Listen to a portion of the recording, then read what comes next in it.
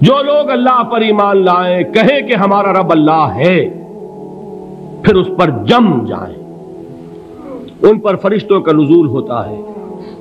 نہ کوئی غم کرو نہ خوف، خوشیاں مناؤ جنت کی جس کا تم سے وعدہ کیا گیا تھا۔ اللہ کی ربوبیت پر اطمینان جب انسان کو ہو جاتا، میرا رب اللہ ہے، ربی اللہ، انسان کے لیے نہ کوئی کھٹکا، نہ کوئی خطرہ، نہ کوئی خوف، نہ کوئی حزن۔ جو کچھ ہو رہا ہے کس کے اذن سے ہو رہا ہے؟ اللہ کے اذن سے۔ اللہ کے اذن کے بغیر پتہ تک نہیں ہلتا۔ یہ کوئی اندھا بہرا مادہ نہیں ہے جس سے مجھے کوئی خوف ہو۔ اندھا بھینسا چلا آ رہا ہو اس سے تو ڈرنے کا ہر انسان کو ڈرنا چاہیے، نہ معلوم کس کو ٹکر مار دے۔ لیکن نہیں، اس کائنات کو چلانے والا ایک سمیع و بصیر خدا ہے، وہ جو میرا دوست ہے، میرا ولی ہے۔ اللہ ولی الذین آمنوا یخرجہم من الظلمات الی النور۔ اللہ اہل ایمان کا ولی ہے، ساتھی ہے، پشت پناہ ہے، مددگار ہے، حمایتی ہے۔ بتائیے جسے یقین ہو جائے کہ اللہ میرا مددگار، اللہ میرا محافظ، اللہ میرا پشت پناہ، اللہ میرا حمایتی، اس کے لیے کوئی خوف ہوگا؟ اس سے کوئی ڈر ہوگا؟ میں مثال دیا کرتا ہوں ایک بہت سادہ، پنجاب کے دیہات کی۔ تو بڑا چودھری ہے اور کوئی غریب کسان ہے۔ اس غریب کسان کے جانوروں کو ہر وقت اندیشہ ہوگا چوری کا، کوئی میری بھینس کھول کر نہ لے جائے، کوئی میرا بیل کھول کر نہ لے جائے۔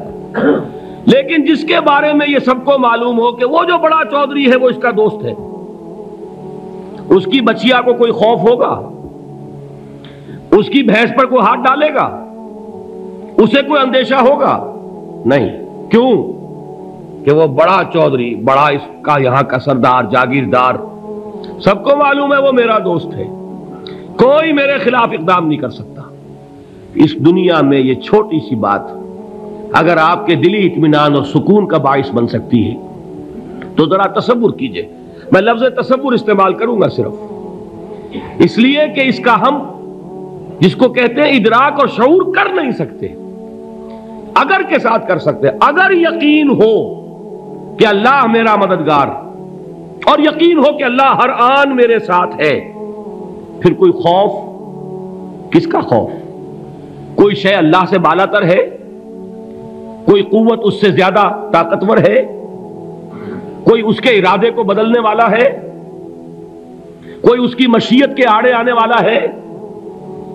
یہی بات ہے جو حضور نے فرمائی، یہ ایمان کا حاصل ہے لب لباب، کہ دیکھو اچھی طرح اس بات کو ذہن نشین کر لو، اگر تمام انسان مل کر تمہیں کوئی نقصان پہنچانا چاہے نہیں پہنچا سکتے، مگر جو کچھ اللہ نے لکھ دیا ہو، اور تمام انسان مل کر تمہیں کوئی نفع پہنچانا چاہیں نہیں پہنچا سکتے، مگر وہ شے جو اللہ نے طے کر دی ہو۔ آپ پھر میں کہوں گا ذرا طاری کیجئے، اسے فرض کیجئے، اسے سوچئے، اگر اس حدیث پر ہمارا دل ٹھکا ہوا ہو تو کسی سے ڈر ہوگا؟ یہ مجھے نقصان نہ پہنچا دے، یہ میری رپورٹ خراب نہ کر دے، یہ میری انکریمنٹ نہ رکوا دے، یہ میرا یہ نہ بگاڑ دے، یہ میرے یہ نقصان نہ پہنچا دے۔ اس کا ڈر، اس کا ڈر، اس کا خوف، اس کی خوشامد، اس کے لیے جا کر طرح طرح سے اپنی عزت نفس کو ذلیل کروانا اس کے سامنے، یہ سب کچھ کیوں کرتا ہے انسان؟ جب سمجھتا ہے کہ اس کے ہاتھ میں میرا کوئی نفع ہے، اس کے ہاتھ میں میرے لیے کوئی ضرر ہے، یہ مجھے کوئی گزند پہنچا سکتا ہے، یہ مجھے کوئی نقصان پہنچا سکتا ہے، یہ میرا کوئی کام بنا سکتا ہے، یہ میری کوئی ضرورت پوری کر سکتا ہے، اسی کا نام شرک ہے۔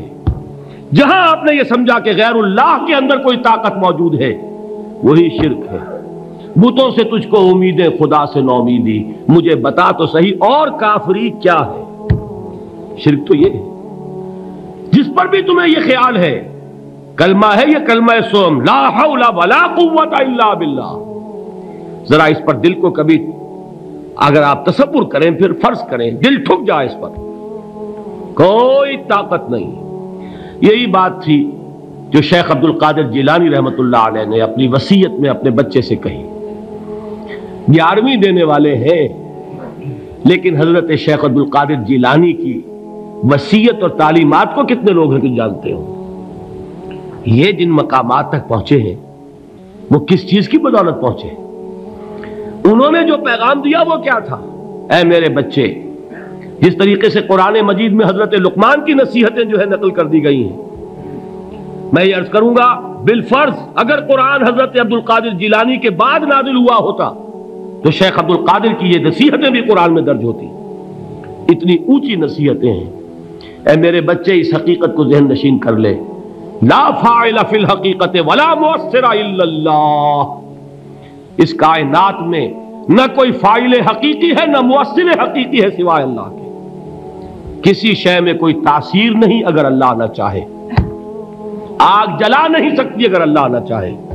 پانی ڈبو نہیں سکتا اگر اللہ نہ چاہے. زہر ہلاک نہیں کر سکتا اگر اللہ نہ چاہے. کوئی چیز فائدہ نہیں پہنچا سکتی اگر اللہ نہ چاہے. تو در در پہ کیوں سر جھکاتے ہو؟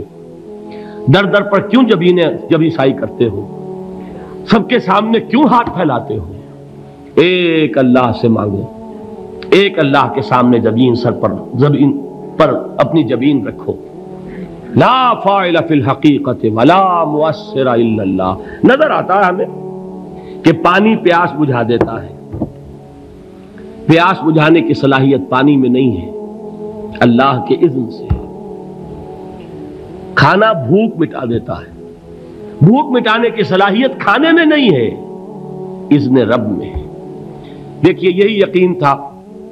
حضرت موسیٰ علیہ السلام کا واقعہ یاد کیجئے. سامنے سمندر آ گیا ہے. قوم دیکھتی ہے پیچھے کہ گرد و غبار کا طوفان ہے. معلوم ہوا کہ فرعون اپنے لشکر سمیت آ گیا ہے. لشکر جب چلتا تھا تیز رفتاری کے ساتھ تو گرد و غبار کا جو طوفان اٹھتا تھا اس کا تصور کیجیے. اور لمحہ بلمحہ وہ قریب آ رہا ہے. پوری قوم نے کیا کہا؟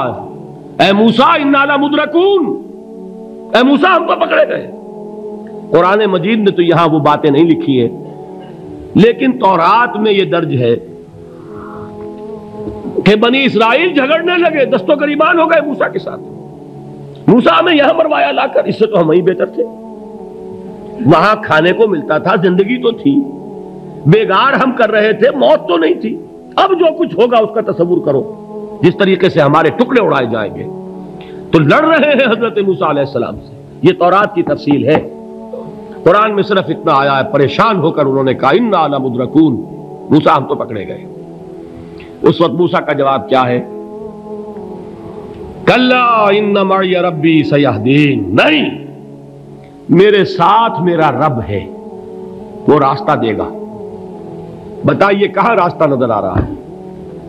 یہ ہے ایمان بالغیب. راستہ نظر نہ آئے تب اللہ پر یقین ایمان ہے. جیب میں پیسے ہوں اور تب دل کو اطمینان ہے تو ایمان کس پر ہوا؟ پیسے پر، اللہ پر نہیں. جب وسائل و ذرائع نہ ہو اور پھر یقین ہو کہ اللہ مسبب الاسباب ہے، وہ اسباب کا پابند نہیں ہے، وہ اسباب کا محتاج نہیں ہے، اسباب اس کے محتاج ہے. اگر یہ یقین ہے تو اللہ پر ایمان ہے. یہ نہیں ہے تو تمہارا ایمان اسباب پر ہے، وسائل پر ہے، ذرائع پر ہے، مادیات پر ہے، اللہ پر نہیں. اس وقت کہاں راستہ تھا؟ کوئی راستہ تھا؟ سمندر ہے اور ادھر سے لشکر آ گیا ہے. کلا ان معی ربی سیہدین. اب دیکھیے ایمان کہہ دینا آسان ہے، ہوا معکم اینما کنتم. جہاں کہیں بھی تم ہوتے ہو اللہ تمہارے ساتھ ہوتا ہے.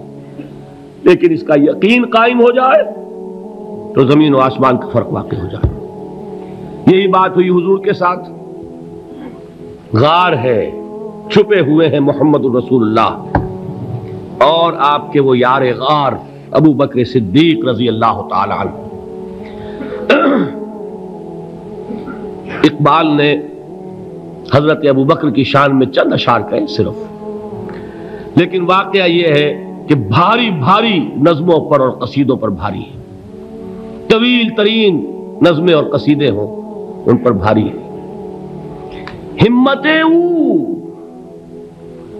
ابو بکر کی ہمت جو ہے کشت ملت را چو ابر، جیسے بارش سے کھیتی اپجتی ہے، ابو بکر کی ہمت اور عزیمت اس امت کو اسی طرح سینچنے والی ہے۔ ثانیے اسلام و غار و بدر و قبر، وہ دوسرے تھے اسلام میں، دوسرے پہلے کون تھے؟ انا اول المومنین، حضور فرماتے ہیں سب سے پہلا ایمان لانے والا میں، دوسرے ابو بکر۔ ویسے ہمارے ہاں یہ چلتا ہے اختلاف، حضرت علی پہلے ہیں کہ حضرت ابو بکر پہلے ہیں، لیکن اس میں بڑی خوبصورت تطبیق قائم کی ہے علماء نے، اور بہت صحیح ہے۔ چار کے بارے میں فیصلہ ہی مت کرو کہ کون پہلے ہے، ان کی ایک عجیب تقسیم کر دی ہے۔ آزاد مردوں میں، بالغ مردوں میں سب سے پہلے ابو بکر، بچوں میں سب سے پہلے علی، خواتین میں سب سے پہلے خدیجہ، اور غلاموں میں سب سے پہلے زید ابن حارثہ۔ بڑی پیاری تقسیم ہے، یہ چاروں ہی پہلے ہیں، ہر ایک کے لیے اولیت ہے۔ اور واقعہ یہ ہے کہ اگر زمانی اعتبار سے تعین ہوگا تو پہلے خدیجۃ الکبریٰ آئیں گی رضی اللہ تعالی عنہ، کسی اور سے بات کرنے کی نوبت بعد میں آ سکتی ہے، پہلے تو اہلیہ محترمہ سے بات ہوئی، آتے ہی پہلی وحی ہوئی ہے، ابھی تبلیغ کا حکم نہیں تھا، کس کو بتایا واقعہ؟ ابھی اپنی نبوت کی تبلیغ کا تو حکم ہی نہیں آیا، واقعہ کس کا ہے؟ وہ خدیجہ کا ہے۔ جب کہا ہے کہ خشیت علی نفسی، مجھے اپنی جان کا اندیشہ ہے، تو کیا جواب دیا خدیجہ نے رضی اللہ تعالی عنہا؟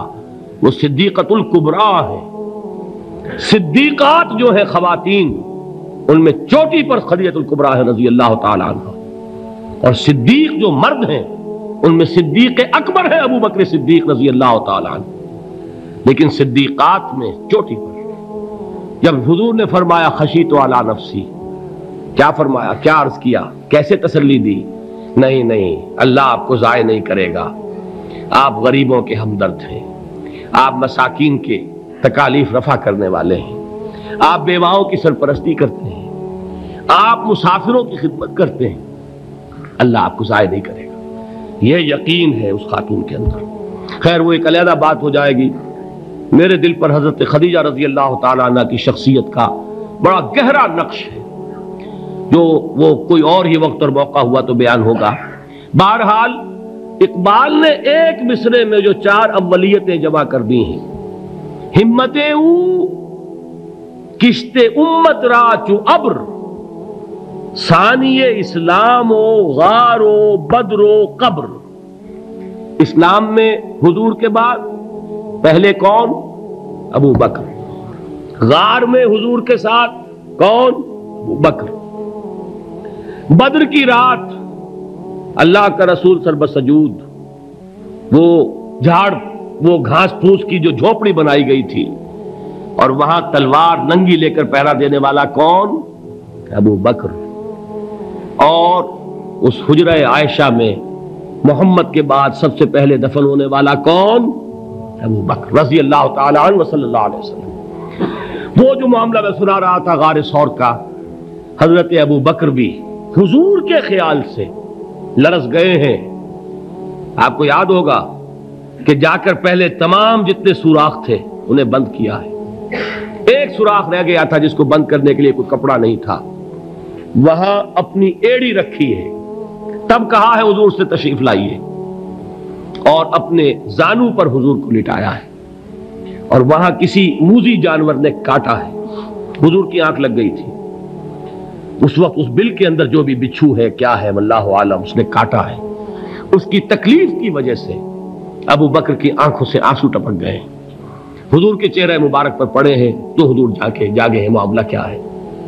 ایڑی نہیں ہٹائی وہاں سے، مبادا وہ جانور وہاں سے نکل کر محمد الرسول اللہ کو کوئی گزن پہنچا دے، ابو بکر کی ایڑی ہے، جس طرح چاہے کھا لے، ختم کر دے، جان نکل جائے تب کوئی آنچ آئے محمد پر تو آئے، لیکن جیتے جی نہیں۔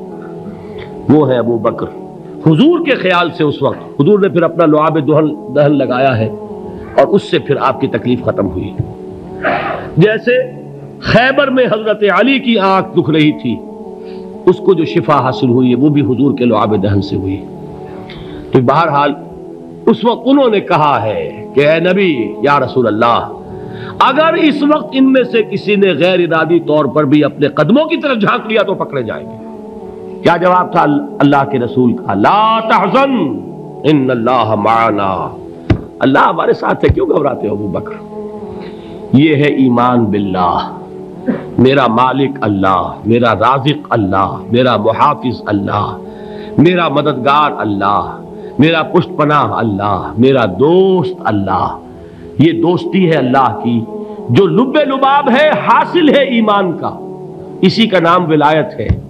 اولیاء اللہ کے سروں پر سینگ نہیں ہوتے، جس کے دل میں ایمان راسخ ہو چکا ہو وہی اللہ کا ولی ہے، جسے اللہ پر یقین ہو چکا ہے وہی اللہ کا ولی ہے، جسے یقین ہے اللہ میرے ساتھ ہے، میرا مددگار، میرا پشت پناہ، میرا ساتھی، میرا دوست، میرا محبوب، میرا محب۔ اللہ اہل ایمان سے محبت کرتا ہے۔ واللہ یحب الصادقین، ان اللہ یحب الذین یقاتلون فی سبیلہ صفا کانہم بنیان مرصوص۔ اللہ محبت کرنے والا، اہل ایمان محبوب، اور اہل ایمان محبت کرنے والے اللہ محبوب۔ والذین آمنوا اشد حبا للہ۔ آپ تصور کیجئے جسے یہ رشتہ ایمان یا رشتہ ولایت حاصل ہو جائے، الا ان اولیاء اللہ لا خوف علیہم ولا هم یحزنون، آگاہ ہو جاؤ، اللہ کے دوستوں کے لیے نہ کوئی خوف ہے نہ کوئی حزن ہے۔